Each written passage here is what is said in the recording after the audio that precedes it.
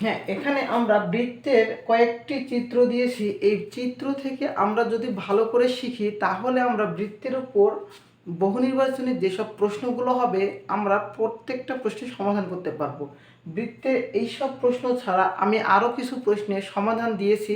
তো আমাদের YouTube channel জয় tutor এবং ফেসবুক পেজ জয় টিউটরে এখানে ভিডিওগুলো সুন্দর করে সিরিয়ালভাবে আপলোড করা আছে। তো সকলে ওখানে গিয়ে ভিডিওগুলো দেখতে পারবে। সেখানে বৃত্তের উপর যতগুলো বহু নির্বাচনী যেভাবে আসুক না কেন, জাস্ট প্রশ্নটা দেখার সাথে সাথে সমাধান করা যাবে। ওকে, তাহলে আমরা এখানে যে চিত্রগুলো দিয়েছি 1টা 2টা 3টা 4টা 5টা 6টা, এই চিত্রগুলো থেকে আমরা প্রশ্নগুলো কিভাবে হয় সেগুলো আগে আমরা বুঝবো, তারপরে এগুলো সমাধান করব। ওকে, তো এখানে আমরা একটা বৃত্ত নিয়ে আলোচনা যদি করি, একটা বৃত্ত নিয়ে যদি আমরা আলোচনা করি, প্রথমত এই যে একটা আমরা গোলাকার রাখলাম, ওকে, বা সার্কেল রাখলাম, ওইটা হচ্ছে একটা বৃত্ত। এই বৃত্তটাকে যদি আমরা মনে করি যে একটা গার্ডারের সাথে কম্পেয়ার করলাম, যদি এই যে গার্ডার, এইটা একটা গার্ডার, ওকে, এটা একটা গার্ডার, তাহলে এখানে যদি ছিঁড়ে যায় তাহলে এটা সোজা কি লম্বা হয়ে যাবে না? তাহলে এই যে লম্বা বা লেন্থ যেটা হলো সেটাকে যখন আবার আমি সুন্দর করে গোল করব তখন সেটা কি হবে? সার্কেল হবে। তাহলে এই যে চারিদিকে যেটা গোল করলাম ওইটাকে বলা হয় পরিধি। কি বললাম? পরিধি। ওকে, তাহলে পরিধি আমাদের ক্লিয়ার। তাহলে পরিধি থেকে কোনো সমস্যা, পরিধি থেকে একটা জিনিস আমরা সূত্র মনে রাখবো, পরিধি সমান আমরা 2 পাই আর। ওকে, 2 পাই আর। পায়ের মানটা হচ্ছে 3.1416, যেটাকে আমরা 22/7 বলি। ওকে, আর এখানে আর বলতে বোঝানো হয়, এখানে ব্যাসার্ধ। আর বলতে কি বোঝানো হয় বললাম? ব্যাসার্ধ। এখানে পরিধি কথাটা এসেছিল, যার জন্য পরিধি দিয়ে যদি কোনো প্রশ্ন করে তাহলে আমরা এখানে 2 পাই আর দ্বারা সমাধান করব, যেখানে আর এর মান বা ব্যাসার্ধের মানটা দেওয়া থাকবে। ক্লিয়ার? ব্যাসার্ধ, এই পরিধি নিয়ে আর কোনো আলোচনা এখন এই ক্লাসে করব না, অন্য একটি ক্লাসে বিস্তারিত করব। এরপর পরিধি নিয়ে আমাদের ঝামেলা শেষ। এখান থেকে আমরা একটা বৃত্তের মিডিল যে বিন্দুটা পাবো, এই যে বিন্দুটা, এটাকে বলা হয় কেন্দ্র। কি বললাম? ওই বিন্দুটাকে বলা হয় কেন্দ্র। এখন এই কেন্দ্র থেকে চারিদিকে যে ঘূর্ণায়মান মান, অর্থাৎ চারিদিকে যে ঘূর্ণায়মান মান, এখান থেকে এতটুকু চারিদিকে যে পরিধিটা গিয়েছে, প্রত্যেকটা এই চারিদিকে ঘুরের কোণাগুলো প্রত্যেকটা কি হবে? সমান হবে। অর্থাৎ এখান থেকে এই দিক, এই দিক, এই দিক, এই দিক, চারিদিকে কি হবে? সমান হবে। ক্লিয়ার? তাহলে এখন এখান থেকে আমরা এই পরিধির চারদিকে যে ঘূর্ণায়মান মান হয়েছে, তো এখানে আমরা একটা কেন্দ্র এখানে উল্লেখ করলাম। তাহলে এখানে ভালোভাবে মনে রাখবো যে এই কেন্দ্র বরাবর যদি কোনো জ্যা যায়, সেটাই হবে বৃত্তের বৃহত্তম জ্যা। আর এই বৃত্তের বৃহত্তম জ্যায়ের অপর নাম ব্যাস। তাহলে পরীক্ষায় ব্যাস কাকে বলে বা ব্যাস দিয়ে কোনো যদি প্রশ্ন আসে তাহলে কি বৃত্তের বৃহত্তম যেটা যা সেটাই হচ্ছে ব্যাস। ক্লিয়ার? এবং কেন্দ্র থেকে, এই যে কেন্দ্র থেকে যে অর্ধেক দূরত্ব সেটাকে বলা হয় ব্যাসার্ধ। কি বলা হয় বললাম? সেটাকে বলা হয় ব্যাসার্ধ, ইংলিশে বলা হয় রেডিয়াস। ওকে, ব্যাসার্ধ। ক্লিয়ার? তাহলে এইটুকু অর্ধেক অংশকে বলা হয় ব্যাসার্ধ। এখন এখান থেকে আরো কিছু আমরা শিখবো। এখানে এই যে কেন্দ্র ছাড়া, এই যে কেন্দ্র ছাড়া যদি কোনো কিছু যায়, এই যে কেন্দ্র ছাড়া যেটা গেল সেটার নাম হচ্ছে আমাদের, সেটার নাম কি বললাম? সেটার নাম হচ্ছে জ্যা। অর্থাৎ কেন্দ্রবিহীন যে আমাদের এখান থেকে দূরত্ব সরলরেখা দেবে সেটা হচ্ছে, অর্থাৎ দুইটা পরিধির দুই পাশে ছেদ করবে, সেটা হচ্ছে কি বললাম? জ্যা। ক্লিয়ার?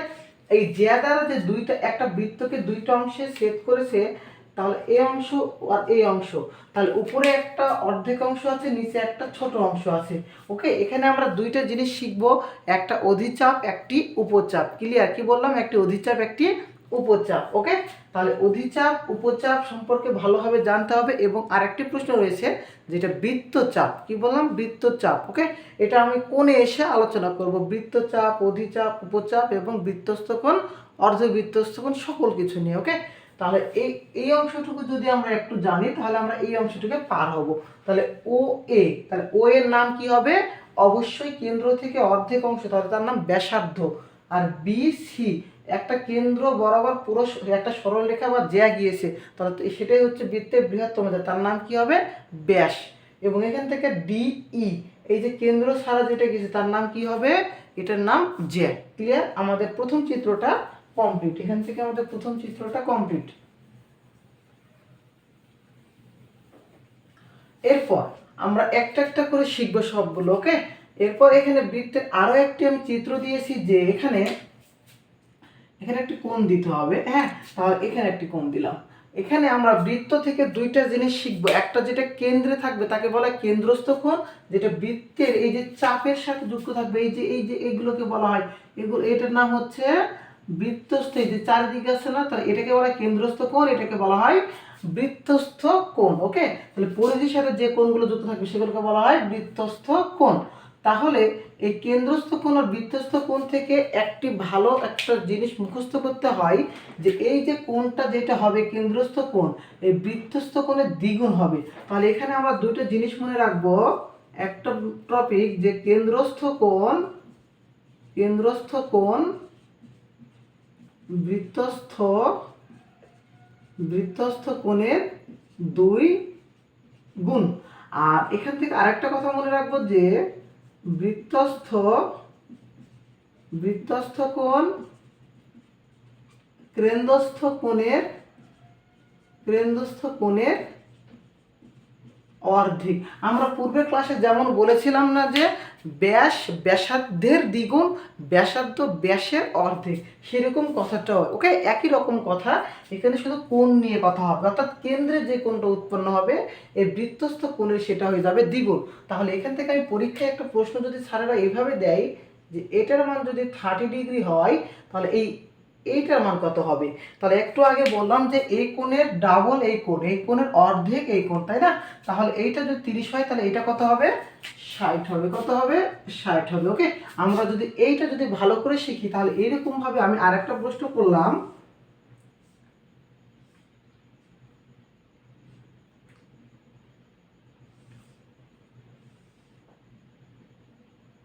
এখানে একটা কোণ দিলাম, এখানে একটা কোণ দিলাম। এটার আমি দিলাম যে 80 বলতে 80। তাহলে ওই যে পাশে আমি একটা কোণ আঁকিয়েছি তাহলে তার মান কত হবে? ওকে, এই পাশেও আমি আরেকটা মান দিলাম, এটার মান কত হবে? ওকে, এটা যদি 80 হয় এটা কত, এইটা কত? যদি এইটা 80 হয় তাহলে আমি একটু আগেই বললাম যে সাপোজ এই অংশটুকু বাদ দিলাম, তাহলে এখানে কেন্দ্রস্থ কোণ, এটা বৃত্তস্থ কোণ, তাহলে এটা 80 আর এটা কত হবে? 40 হবে। এটা কত হবে? 40। সেম ভাবে এইটা 80 হলে এটা বাদ দিলাম, এটা কত হবে? 40 হবে। ক্লিয়ার? তাহলে এই টাইপের প্রশ্ন আমাদের 2 নম্বর চিত্রে যা ছিল সম্পূর্ণ ক্লিয়ার। তাহলে এই দুটো কথা মনে রাখবো, কেন্দ্রস্থ কোণ বৃত্তস্থ কোণের 2 গুণ, বৃত্তস্থ কোণ কেন্দ্রস্থ কোণের অর্ধেক। ক্লিয়ার? এখন আমরা এরপরে আরো একটি চিত্র নিয়ে আলোচনা করব, চিত্র 3 নম্বর।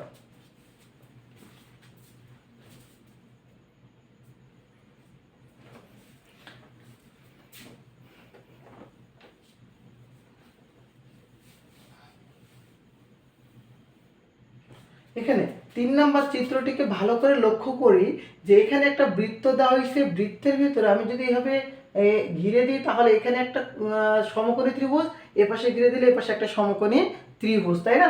এই সমকোণী ত্রিভুজটা সুন্দর করে এখানে বুঝতে হবে যার এতটুকু ব্যাসার্ধ, এই ব্যাসার্ধের মান 3, এই যে এই পাশে যেটা দেওয়া হয়েছে এখানে ব্যাসার্ধ দেওয়া হয়েছে এখানে 3 এবং এখানে দিলাম কত? 4 দিয়েছি। আচ্ছা সরি, এখানে একটু ভুল হয়েছে, এভাবে চিত্রটাকে না দিয়ে আমি চিত্রটা প্যাটার্নটা চেঞ্জ করে দিই।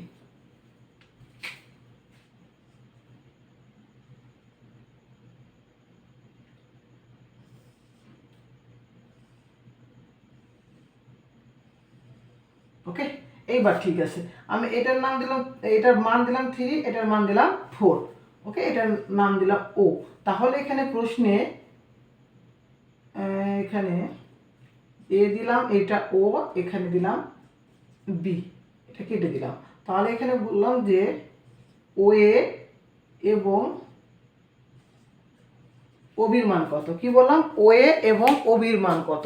ওকে, তাহলে এইতে ভূমি, এটা হলো লম্ব, এটা একটা কি ত্রিভুজ? সমকোণী ত্রিভুজ। তাহলে ভূমি কত? 3, লম্ব 4। তাহলে ও এ বা অতিভুজ কত?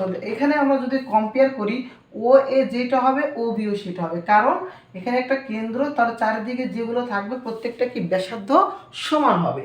তাহলে আমরা এইটাকে যদি পিথাগোরাস অনুসারে করি, পিথাগোরাস প্রয়োগ করে পাই। ওকে, পিথাগোরাস প্রয়োগ করে পাই সূত্র কি জানি আমরা? অতিভুজ স্কয়ার, তাই না? অতিভুজ স্কয়ার সমান লম্ব স্কয়ার প্লাস ভূমি স্কয়ার।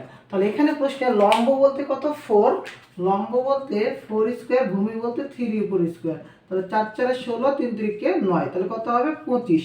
আমাদের প্রশ্ন কি অতিভুজের প্রয়োজন, স্কোয়ারের দরকার নাই, তাহলে কি হবে √25, কত হবে 25-এর উপর রুট করলে কত হয় 5 হয়। তাহলে ও এর মান যদি 5 হয়, ও বির মান কত হয় 5, তাহলে ও এর সমান ও বির মান কত পাবো আমরা 5 পাবো। ওকে, তাহলে আমাদের এই প্রশ্নটা ক্লিয়ার। এরপর আমরা আরো একটি প্রশ্ন নিয়ে আলোচনা করব।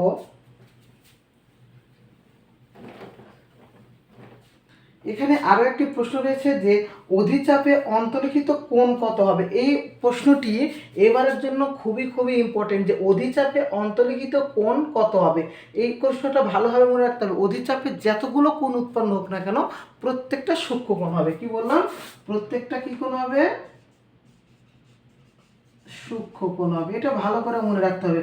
অধিচাপে যতগুলোই কোণ উৎপন্ন হোক না কেন, প্রত্যেকটা কোণ কত হবে, সূক্ষ্ম কোণ হবে। প্রত্যেকটা কোণ হবে সূক্ষ্ম কোণ। তাহলে অধিচাপে যাই কোণ উৎপন্ন হবে প্রত্যেকটাই সূক্ষ্ম কোণ, মনে রাখতে হবে ভালো করে।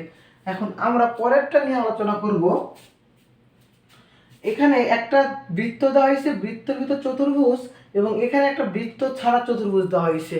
তাহলে আমরা যখন এই যে ক্লাস 3-4-এ শিখছিলাম যে যখন একটা চতুর্ভুজ অঙ্কন করব, যেমন 4টা বাহু বিশিষ্ট যেগুলো আয়তের কথা বলে, চতুর্ভুজের আয়ত, সামান্তরিক, এগুলোর কথা যখন আলোচনা করব, বিপরীত কোণগুলো সমান হয়, এটা আমরা পড়েছি তাই না, বিপরীত কোণগুলো সমান। তাহলে এখানে আমরা এই যে একটা সামুদ্রিকের কথা বলেছি, এই চিত্রটা সামুদ্রিক কল্পনা করি, তাহলে বিপরীত কোণ কি বললাম, সমান বললাম। তাহলে সি কোণ যদি 60 ডিগ্রি হয়, বি কোণ কত হবে 60 ডিগ্রি হবে। তাহলে বি কোণের মান কত হবে আমাদের 60 ডিগ্রি। এইটা তো নিয়ে আমাদের কোনো সমস্যা নেই, এটা নিয়ে কোনো সমস্যা নেই। সমস্যা হবে আমাদের এইটা নিয়ে। ওকে, এই দুইটা দেখতে এক, সব সেম। সাপোজ আমি এখানে একটা বৃত্ত অঙ্কন করে দিলাম, এখানে একটা বৃত্ত অঙ্কন করে দিলাম। ওকে, এই যে বৃত্ত যেটা আমি অঙ্কন করলাম, তখন এটা কি প্যাটার্ন চেঞ্জ হয়ে গেল। ওকে, প্যাটার্নটা চেঞ্জ হয়ে গেল। কেন হলো, যদি এটা 60 ডিগ্রি হয়, যখন বৃত্ত অঙ্কন থাকবে তখন এটার মান কত হবে, এটা ভালো জানতে হবে। ওকে, তাহলে একটা বৃত্তের ভেতরে যখন একটা চতুর্ভুজ থাকবে, তার আড়াআড়ি বা উল্টা পাশে যে একটা কোণ থাকবে, এই দুইটা মিলে হইতে হবে 180। কত বললাম, দুইটা মিলে যোগ করে হইতে হবে 180। অর্থাৎ আমরা 180 থেকে অপর যে কোণটি থাকবে সেটা আমরা বাদ দিয়ে দিব। তাহলে কত পাবো আমরা, 180 ডিগ্রি থেকে 60 ডিগ্রি বাদ দিলে কত পাবো 120 ডিগ্রি। তাহলে বি এর মান কত হবে 120 ডিগ্রি। তাহলে এই চিত্রটার আমাদের হইতো কত 120 ডিগ্রি, কিন্তু আমাদের এটা শুধু এইভাবে ছিল, যার জন্য এটার মান 60 হলে এটার মান কত হবে 60 হবে। সবসময় মনে রাখবো, যখন একটা জাস্ট চতুর্ভুজ থাকবে তার বিপরীত কোণগুলো কি করব, সমান। কিন্তু যখন বৃত্তের ভিতরে থাকবে তখন সেটা কি হবে, সেইটা পরস্পর বিপরীত দুইটা কোণ মিলে হবে কত 180 ডিগ্রি। ওকে,